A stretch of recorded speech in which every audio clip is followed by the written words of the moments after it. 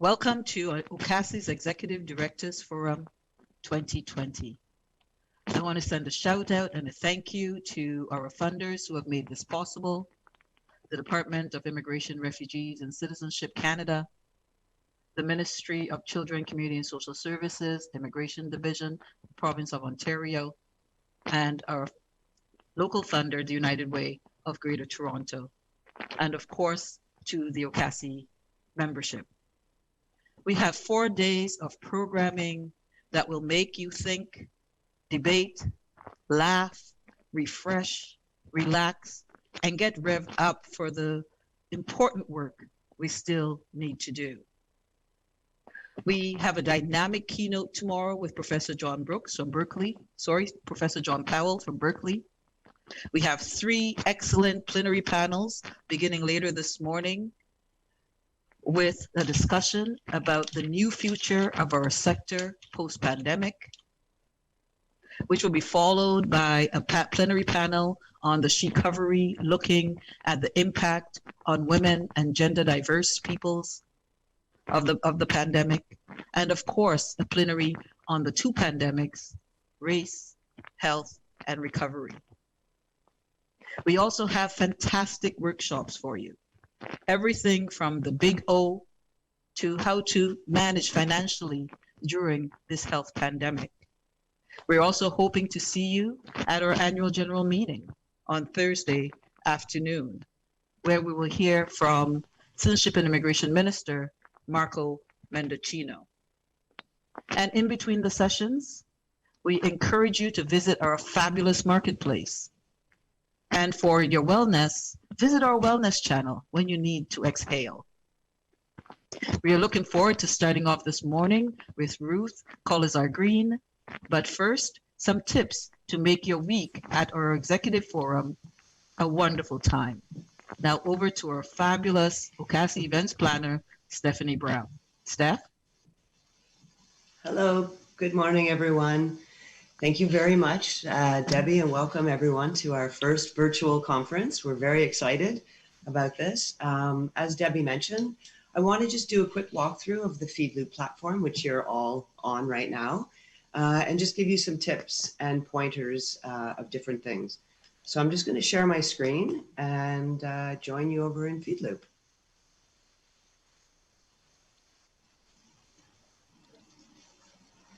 So here we are. So when you first entered this morning, you were asked to enable push notifications. Please accept that, even though I'll try not to drive you too crazy. But those push notifications, I'll be sending out announcements like I did this morning to let you know that the session was starting. In the top right corner, you're going to see a bell that has the number below it. This is going to show you the number of notifications you have, whether it's an announcement that I sent out or whether it's a message that somebody sent you. What you can do is you unclick this and it goes into your red folder. And then you have the whole list of all the messages that you have. The other important piece is the chat functionality. So you have 2 options in all of the areas of the platform. You can either chat publicly, or you can click on this icon and it'll show you the list of people that are in that same space. Announcements will also show up down here, so you can check there for new announcements. As Debbie mentioned, we have a wellness area. We added some short videos of yoga or meditation, how to work from home successfully, as we're all struggling to do right now. Then there's the sessions list, which is where all the sessions will be shown. You can select your session, deselect your session. You can filter the schedule that is displayed, whether it's just your own schedule or you want to see all the French sessions. I'm going to move off of that because I could hear myself in the background. The next area is the marketplace and OCASI programs. Please take a moment to go through and visit these the different programs and the different vendors we have in the marketplace. They'll be available and online you can have video chats with them. You can do all sorts of things. They'll be available and online during the breaks in the schedule. Then, Within the sessions as well, there's going to be a survey that will pop up. Please complete the survey because it's very important for our presenters and for us to know the quality of the session. Networking, also a very important component of FeedLoop. So networking, as I mentioned, you can chat with people wherever.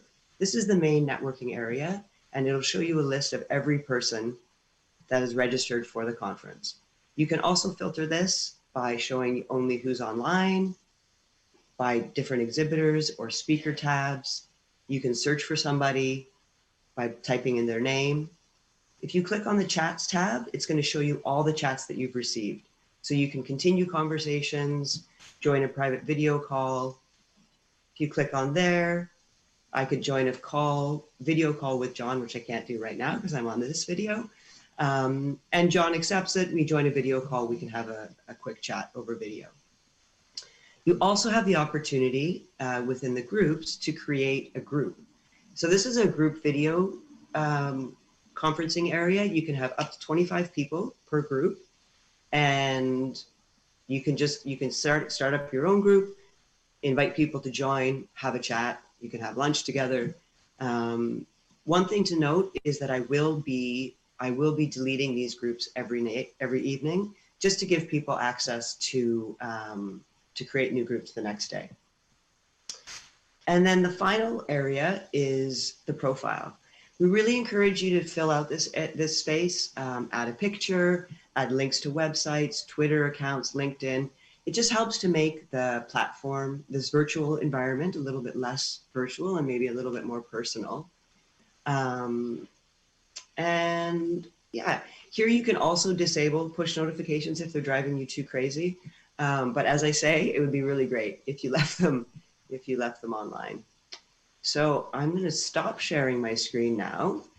And I just wanted to add one thing as well. If you have any questions throughout the 4 days, please contact me. You can find me on FeedLoop, Stephanie Brown. I do have 2 profiles, and that's because I've needed to have 2 for testing purposes. So but send me a message anytime. It's where I'm going to be living for the next 4 days. So yeah, thank you very much. And I hope you enjoy your time here. Back to you, Debbie. Thank you, Stephanie. Welcome back. What is the land acknowledgement? Why is it important? And what does it mean?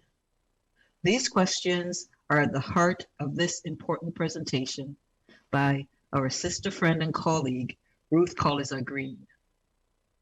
Ruth is an associate professor in the School of Social Work at York University. She uses she and her pronouns. She's an activist turned accidental academic. Koleszar-Green identifies as an urban Indigenous person and is a citizen of the Haudenosaunee Confederacy. She's from the Mohawk Nation and is a member of the Turtle Clan. Ruth was born a Canadian, but was half disenfranchised when she was 10 years old. By the time she was 34 and a half, she was completely disenfranchised.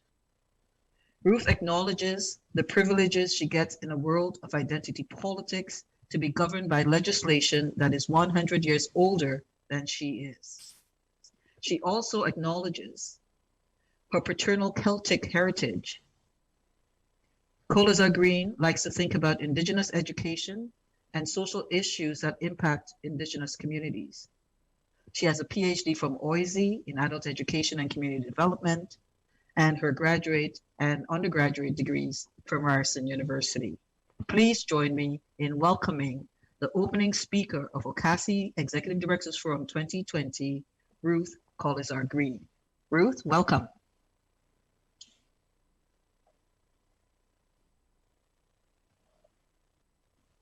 You're muted. Unmute myself. I think we all need an unmute dance that we know we're muted and our computer's just taking a moment to unmute. Thank you, Debbie Nyawa, for welcoming me here and for asking me to engage and support OCASI. So Sego Scano Ruth Koleszar-Green Nut Hodorishone Yogongwe Ganagahage. So what I've just told you is I've said hello and greetings. I've asked how the great peace is with you.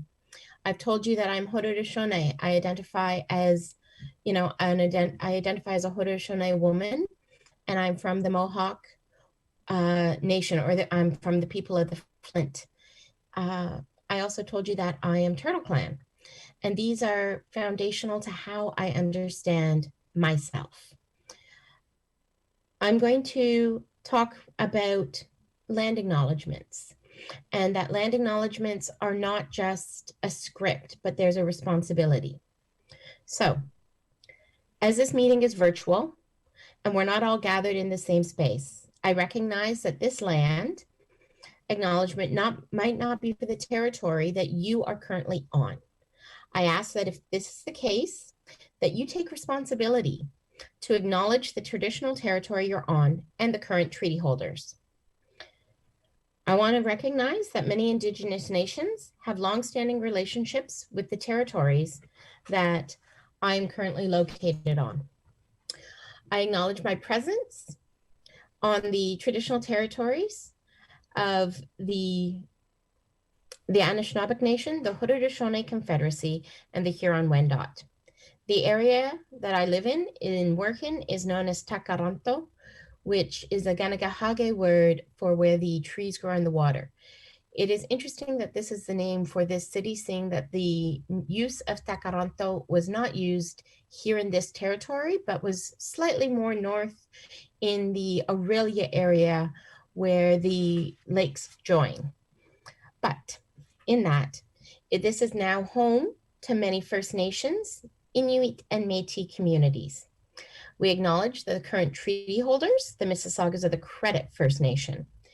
This territory is governed by Treaty 13A, or the Toronto Purchase, and is subject to the Dish with One Spoon Wampum Belt Covenant, an agreement to peaceably share and care for the Great Lake regions.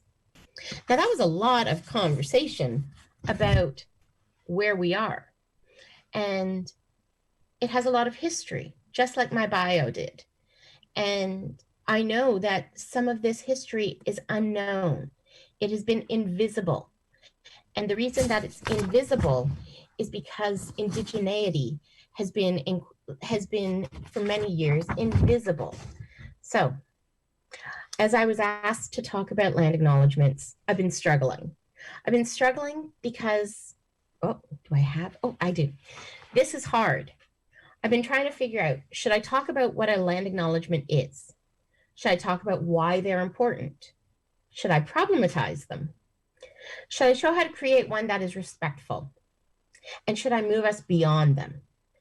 And so in this, I've been moving these slides that I've created around for the past week and a half, because I couldn't decide the best order to discuss about a disruption. So I've settled, pun intended, settled, that this is actually going to be my agenda, that these questions are what I'm going to talk to and talk of in this order.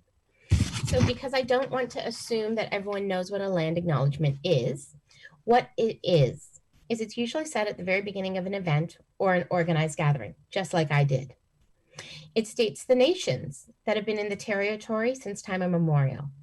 I stated nations and confederacies, so I acknowledged the Anishinaabe, which is also known as the Three Fires Confederacy, which is the Ojibwe, the Petawanikwe, and the Odawa. I acknowledged the Haudenosaunee, which is a confederacy of 6 nations. Originally, it was 5. It can be seen, I'm going to hold a wampum. It can be seen in this wampum belt called Hiawatha. And Hiawatha's belt acknowledges the Mohawk, the Oneida, the Onondaga, the Cayuga, and the Seneca, and their responsibilities to this territory. I am part of this confederacy as my grandmother's family is Ganagahage or Mohawk, and my grandfather's confederacy or nation was Seneca. However, we are matrilineal, and so our lines come from our mother's heritages, which is why I acknowledge my paternal Celtic heritage. So in that, we state the nations that are on this territory. I also acknowledge the Huron Wendot. Now, the Huron Wendot claimed this area as part of their historic homelands.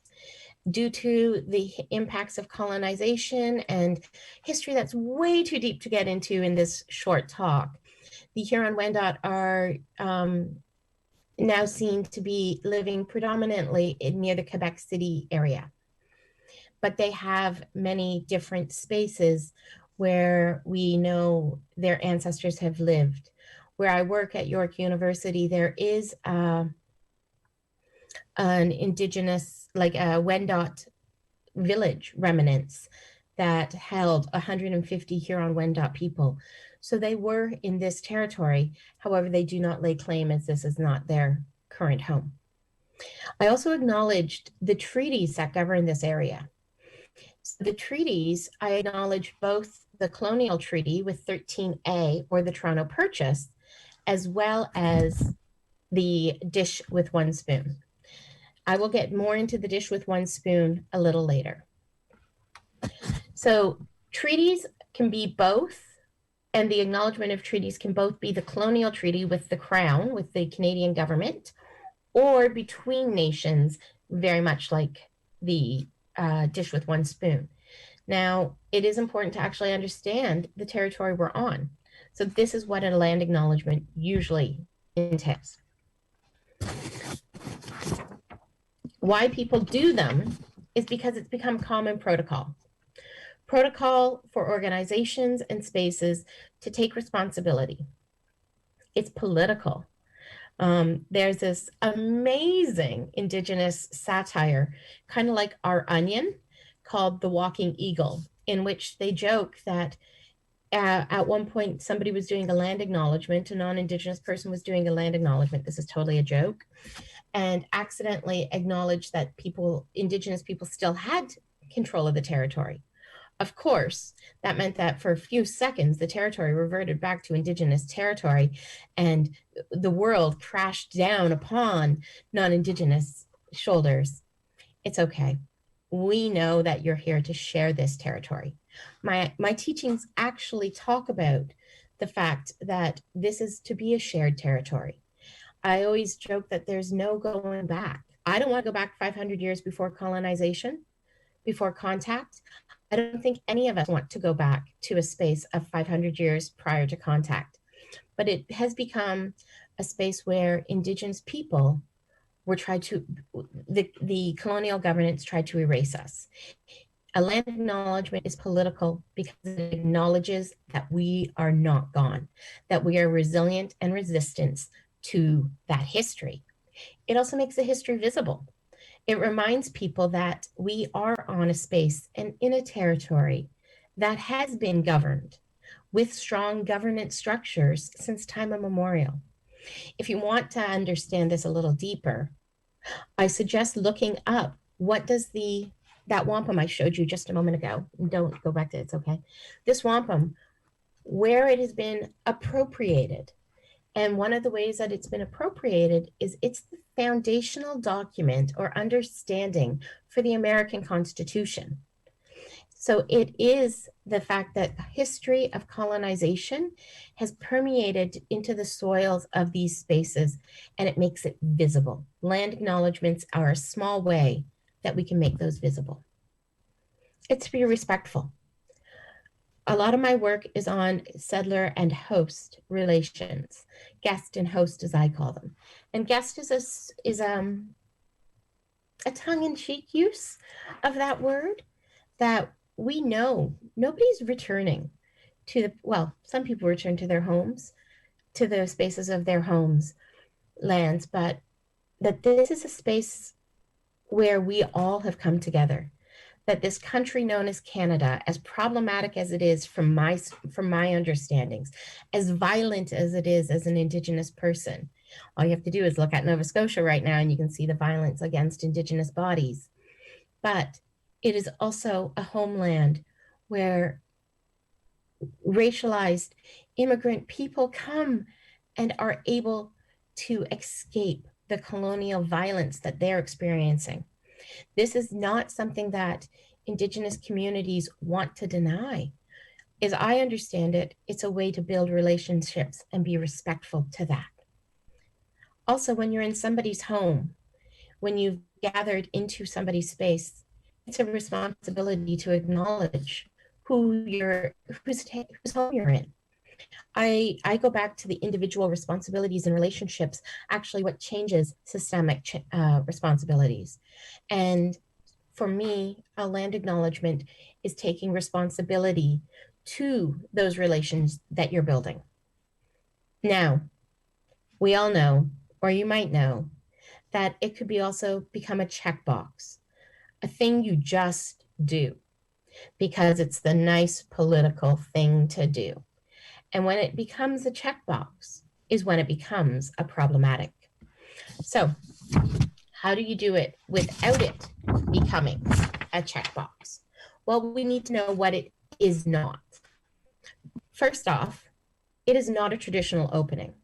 It is not a prayer or a blessing. It is not a way to feel like you are engaging an elder. A land acknowledgement can be done by an Indigenous person, and that's a slight difference because I claimed my identity in my land acknowledgement. But how is it when a non-Indigenous person takes that responsibility? It is a strong responsibility that non-Indigenous people can start to do.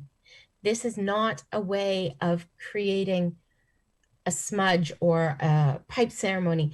Those are very important ceremonies that Indigenous knowledge keepers or elders or ceremonial conductors take up.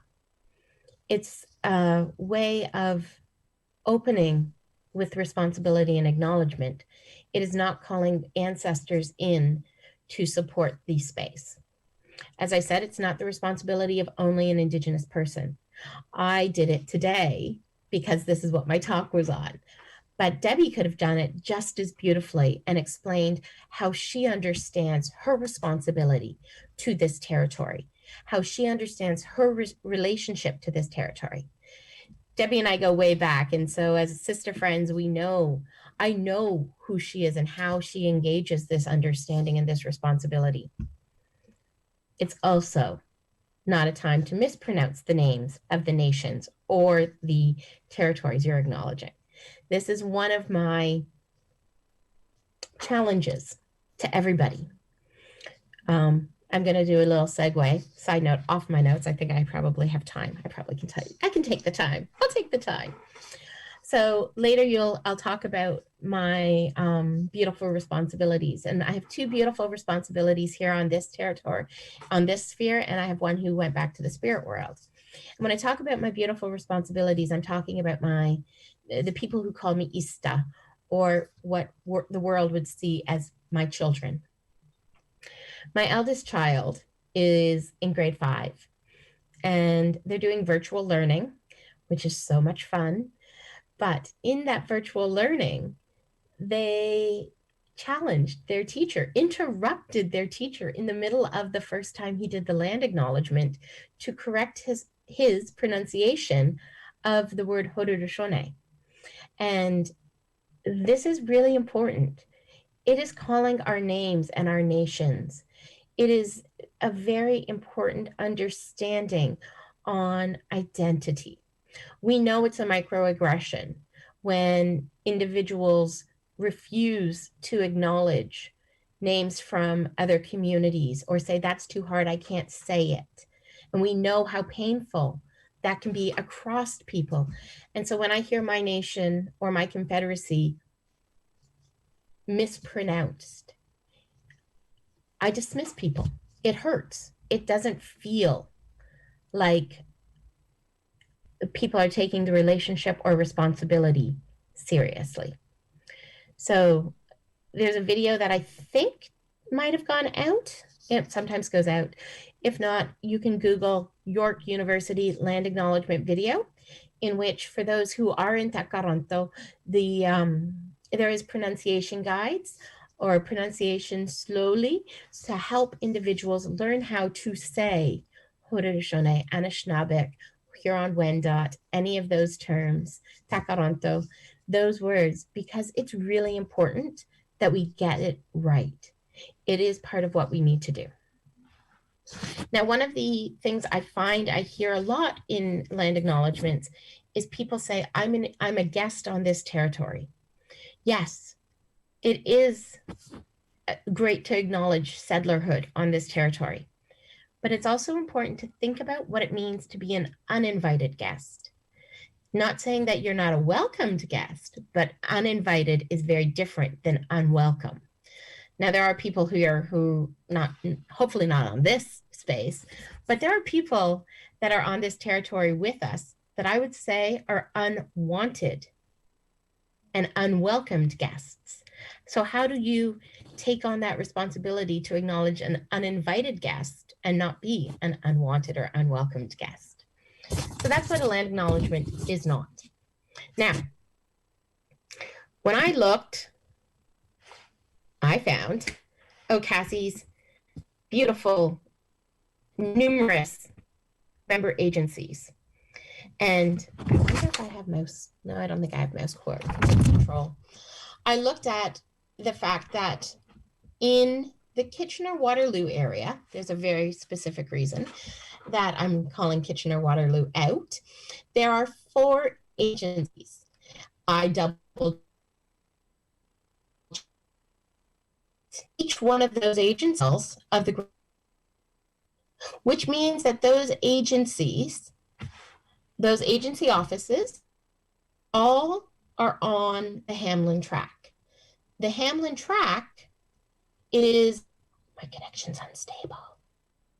Uh-oh, my connection was unstable. I hope that got through. The Hamlin track, I don't know how far back I should go. So I was talking about Kitchener-Waterloo and the 4 agencies there.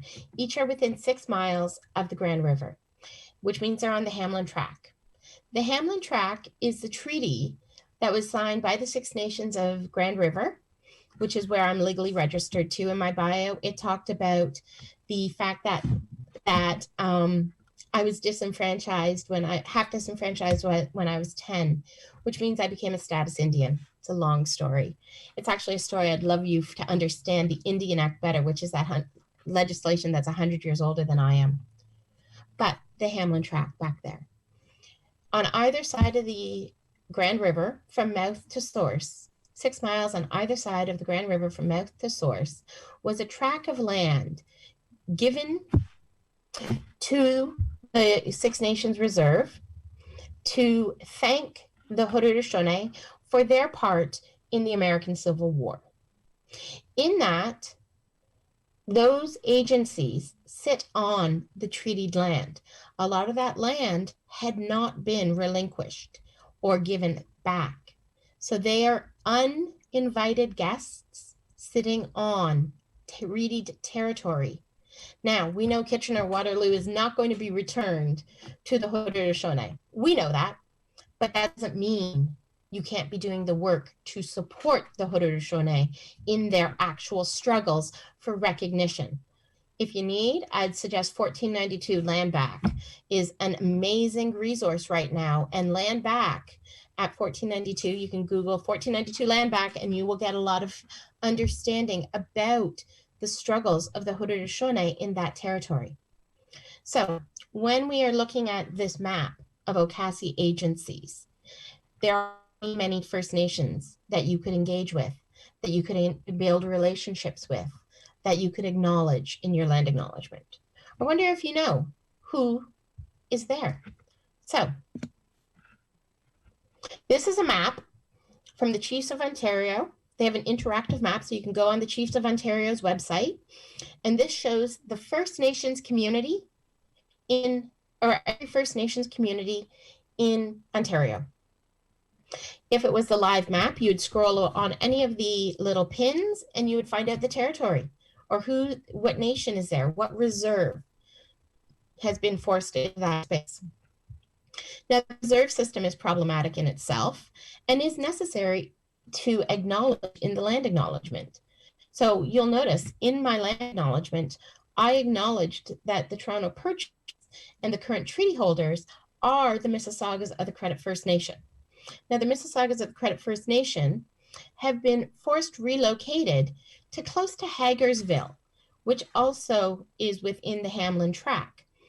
So they are abutted to Six Nations Reserve, which is complicated, just so complicated.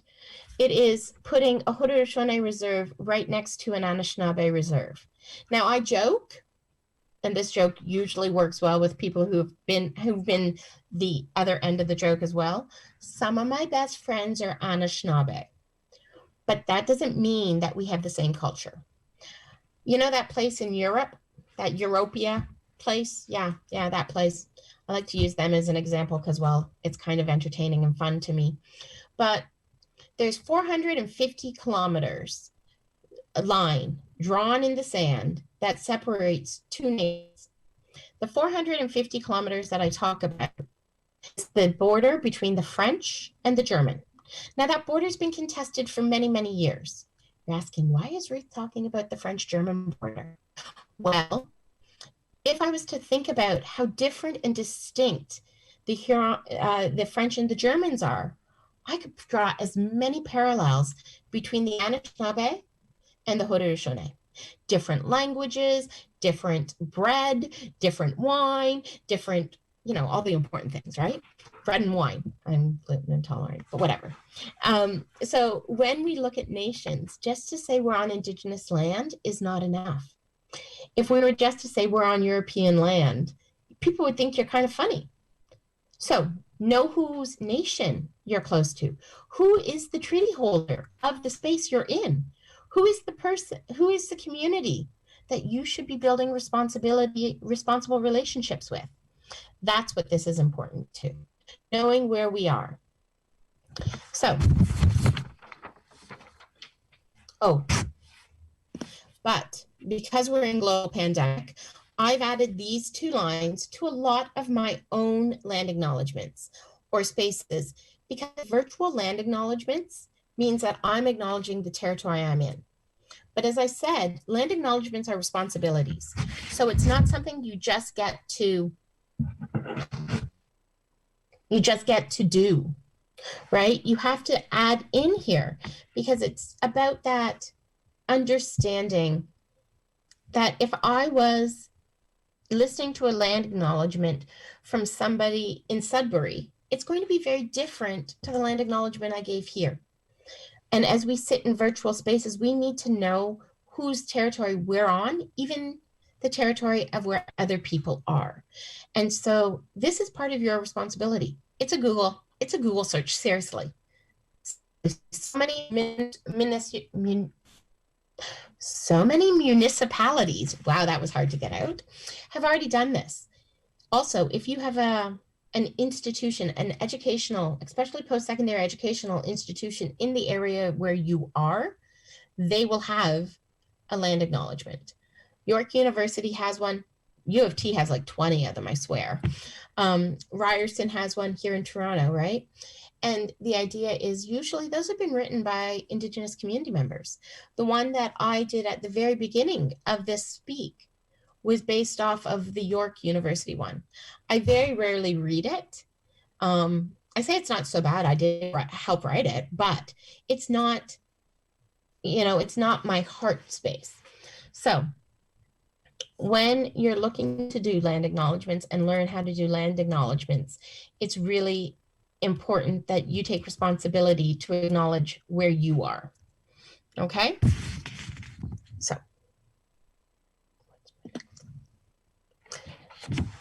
also, one of the responsibilities is to acknowledge who you are in this. I acknowledge that in my bio, you didn't need to hear me say it again, I am Haudenosaunee. Haudenosaunee is represented by the purple wampum there. And this wampum is based on the great laws of peace, the teachings that the great peacemaker brought to the Haudenosaunee. It's very much about who I am and how I understand my world. The Celtic symbol for womanhood is based there. My father is a Celtic artist and a Celtic person who I've utilized this emblem from Celtic lore and understanding, as it represents the maiden, the mother, and the crone. And the word crone has gotten such bad rep, but in Celtic word, it is the word you use to describe the wisest women we know.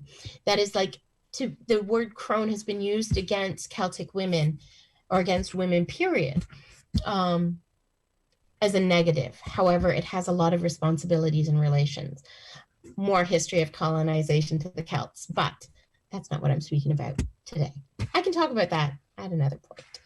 I also acknowledge those beautiful responsibilities. It says I'm a social work professor.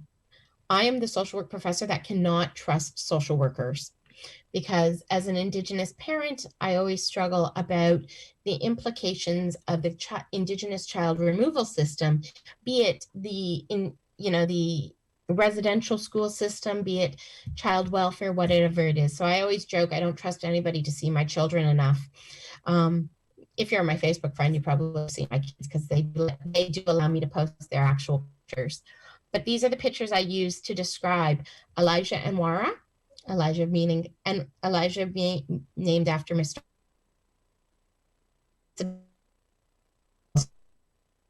And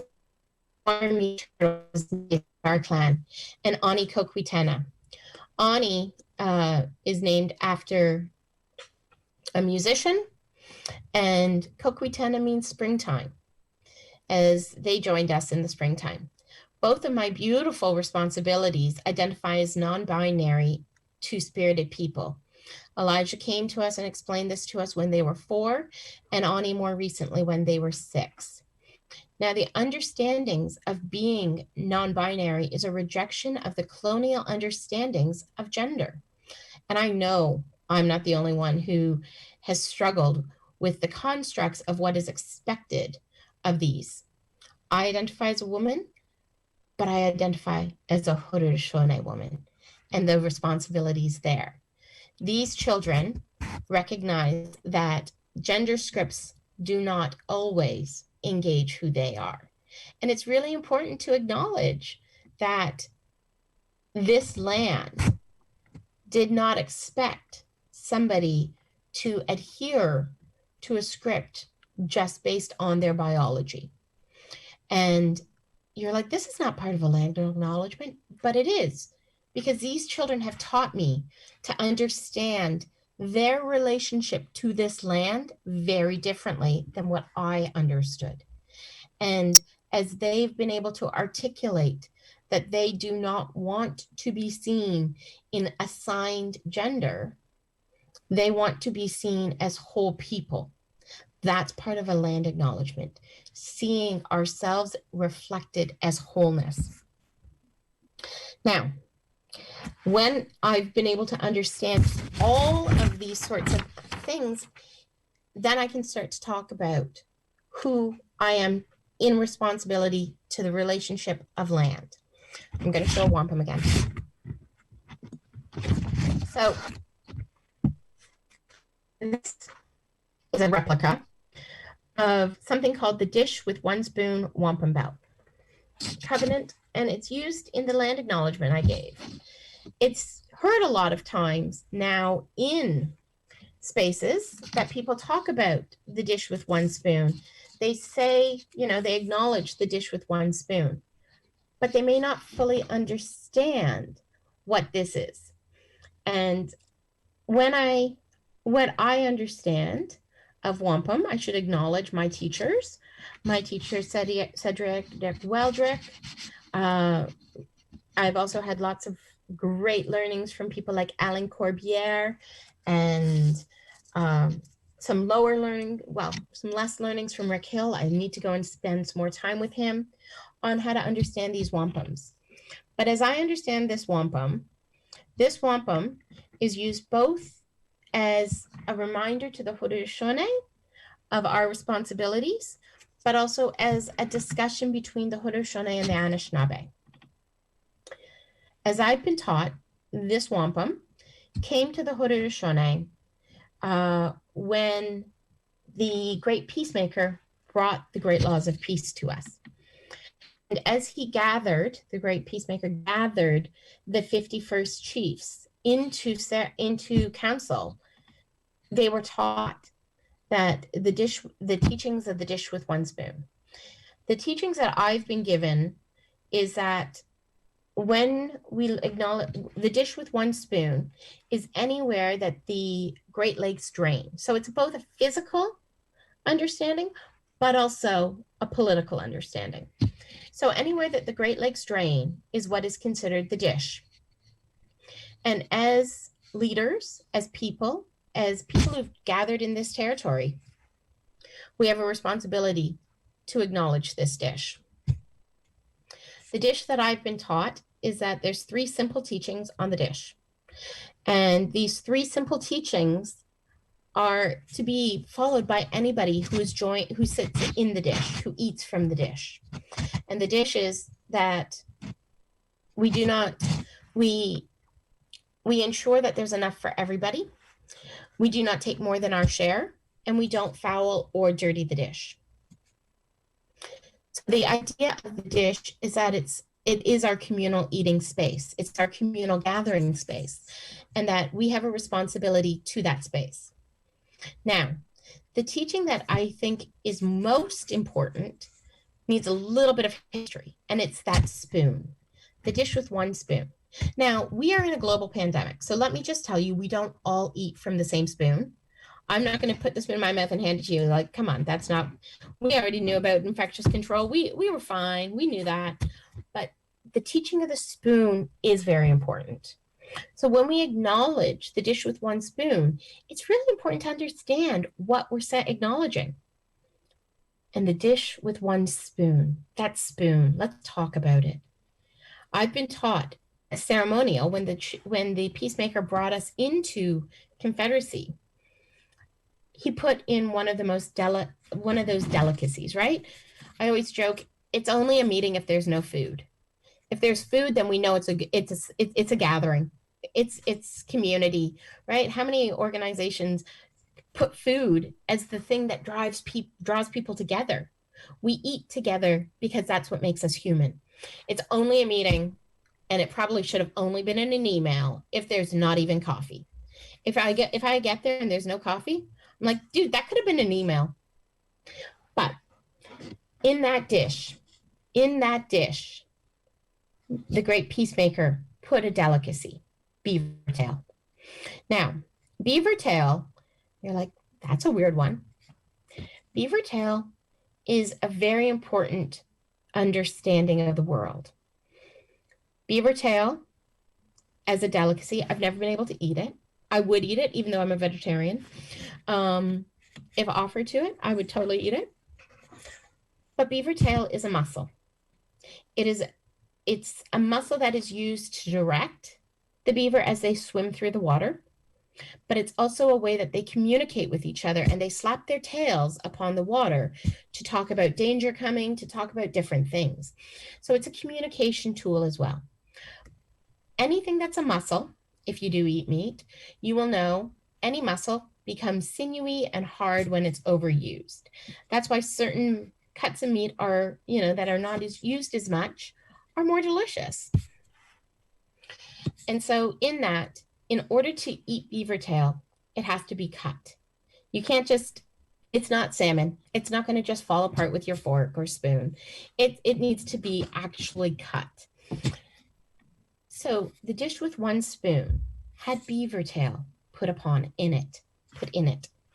It was cut up.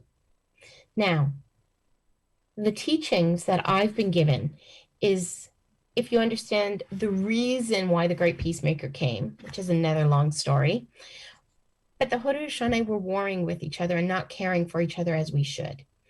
And so when the great peacemaker came and we were told not to bring in weapons, you might have heard a very colloquial phrase of bury the weapon of war. Bury the weapon of war is appropriative language from the Haudenosaunee, where we were forced, thankfully, to bury the weapons of war that were being used against each other. Our great peacemaker has forced us to bury our weapons and said there'll be no more weapons. Side note, And archaeologists have found a tree, which happens to be a pine tree, in Syracuse area of New York, upper state New York, where there are a ton of war implements that were buried under the tree. So I always say that there is truth in all these stories, but I know cultures across the globe can prove the truth in their stories. So that we buried our weapons of war because we could not be trusted. So the teaching of the spoon is that as we gather, as we come into spaces of community and collection, we don't bring weapons of war. Haudenosaunee people were not to be trusted with knives in our ceremonies and in our councils because our words and sharp implements can harm each other. So when we talk about the dish with one spoon, it's really important to understand and unpack what that treaty actually means to the Haudenosaunee. It means that we don't take more than our share, that we leave enough, we ensure there's enough for everybody, and we don't steal or foul the dish. We also acknowledge that we need to come in peace. Now, the Haudenosaunee, we always say that, peace, power, and righteousness is one of our foundational understandings of governance. Peace, power, and righteousness, not, what is it? Oh, I always make fun of the Canadian Constitution right now, and I just lost one of theirs, but it's like something in good governance, whatever. That's a joke that I should probably brush up on for, but powerful and peace, power, and righteousness. Now, I've gone into a lot of teachings on this wampum, this dish with one spoon, because I think it's really important when you do a land acknowledgement that it's not just some words, that it's not just that there's an understanding of what you actually are saying you acknowledge your treaty as. So when you hear dish with one spoon, people say it all the time because it's in the scripts, but do they actually know the teachings of what the dish with one spoon is? Most people don't, and I know that. That's the erasure of Indigenous history from dominant colonial society. So I always try to give that when I'm talking about the importance of land acknowledgement, because for me, to acknowledge the land is to actually understand the treaty. And so now you have a very, very tip of the iceberg understanding of what you're saying when you say dish with one spoon. I wish I could see hands, but I'm willing to bet that there are many people who have said the dish with one spoon in a land acknowledgement, but had no understanding of what it meant. So that is what that means. So how do we move beyond? How do we move to a space where land acknowledgements are not just a checkbox? Checking my time. I'm okay, right? I have a few more minutes. Okay. Beyond a land acknowledgement. So the idea is, what is your relationship to this space? If you're a settler, if you're a non-Indigenous person, own that. Own that. Take that as your identity. I identify very, very comfortably as a Haudenosaunee with Celtic heritage. What are your responsibilities of being here? One of my favorite land acknowledgements that I recently, I've noticed people have been doing, a lot of people who I've worked with and engaged as non-Indigenous people, they're now talking about how the work they're doing is going to engage and help build better responsibilities here. So maybe it's, a conversation around, at the end of this event, I pledge that I will do this in solidarity with the Indigenous communities. I hosted, just before the pandemic started, I hosted a gathering in which a non-Indigenous person has worked with 3 Indigenous families whose daughter or sister has gone missing or was murdered. And in her land acknowledgement, she acknowledged, even though she's done this work and she pulled together this beautiful, amazing display and worked with the women to tell worked with the families to tell these women's stories, she still made a financial pledge and contribution to Indigenous communities for every time she shows her work. Maybe it's as you're acknowledging and learning about the territories you're on, that you take up a responsibility to say in your land acknowledgement, I'm going to do this action because I'm here on this land, and I'm going to challenge everybody else to take this action. And this is about taking responsibility for the privileges of being here, right? That there's a responsibility to be in somebody else's home. How can you contribute to that home? And also it's important to acknowledge who you are in this work. So maybe this is where you say, I'm a settler. I am a non-Indigenous person who's been welcomed to this territory or not welcomed. I am a person who has, who are you? As I explained myself in this understanding of being a parent, of being, mixed race, of being. And these responsibilities are really important in understanding a land acknowledgement because it is beyond that. So other ways to take responsibility or other ways to move beyond it, as I said, take responsibility, acknowledge where you're from. This is one thing I find is really freaking powerful. So I'm going to give a caveat here. When Indigenous people gather and you're meeting a new Indigenous, like when I meet a new Indigenous person, here's a challenging question that I think needs to be discussed in land acknowledgements in building relationships.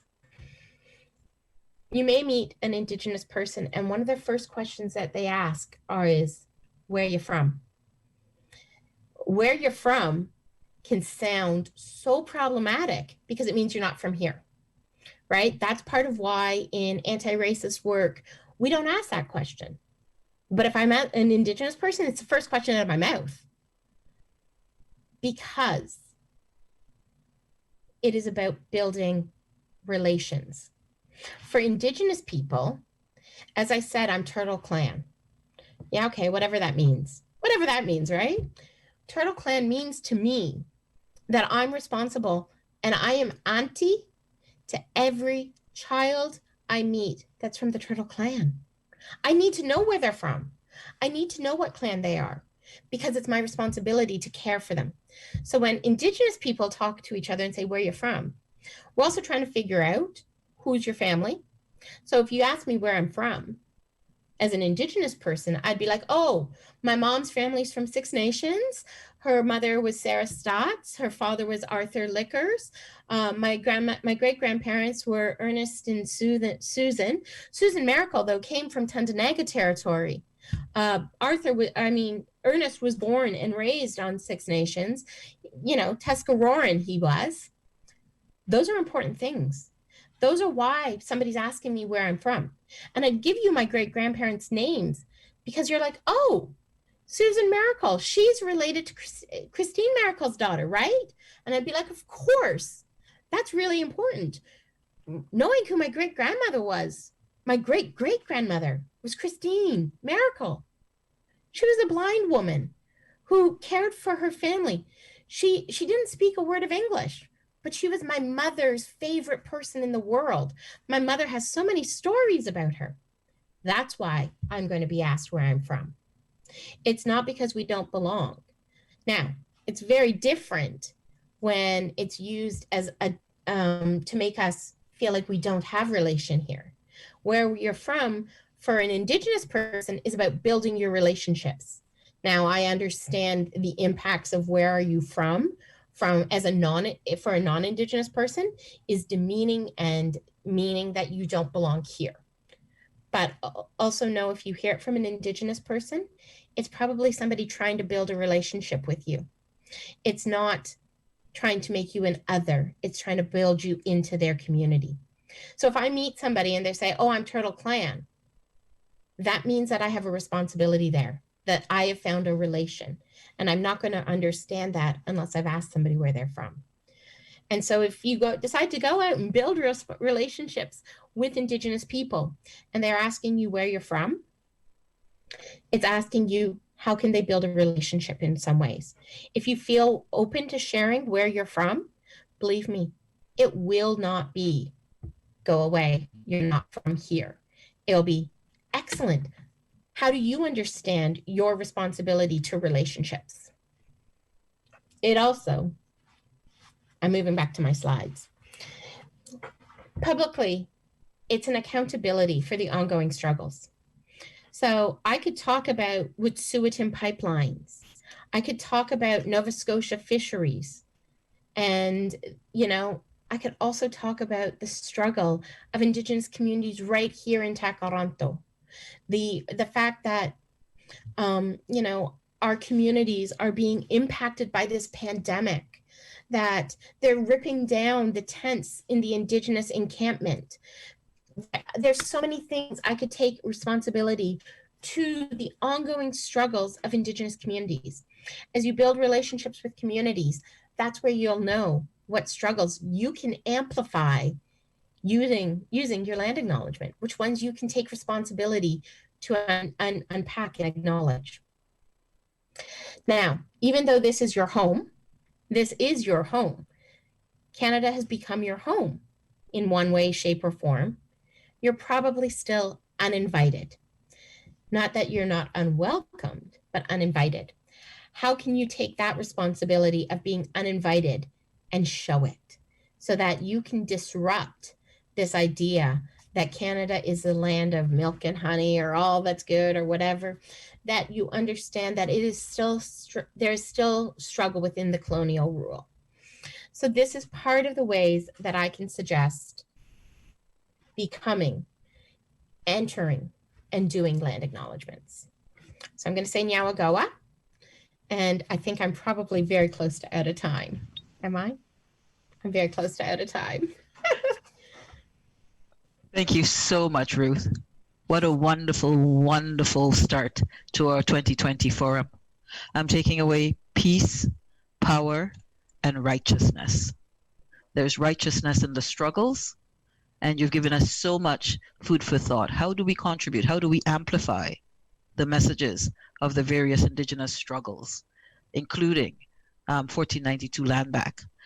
There's a request for you to post some of the links to some of the websites that you mentioned, including 1492 land back.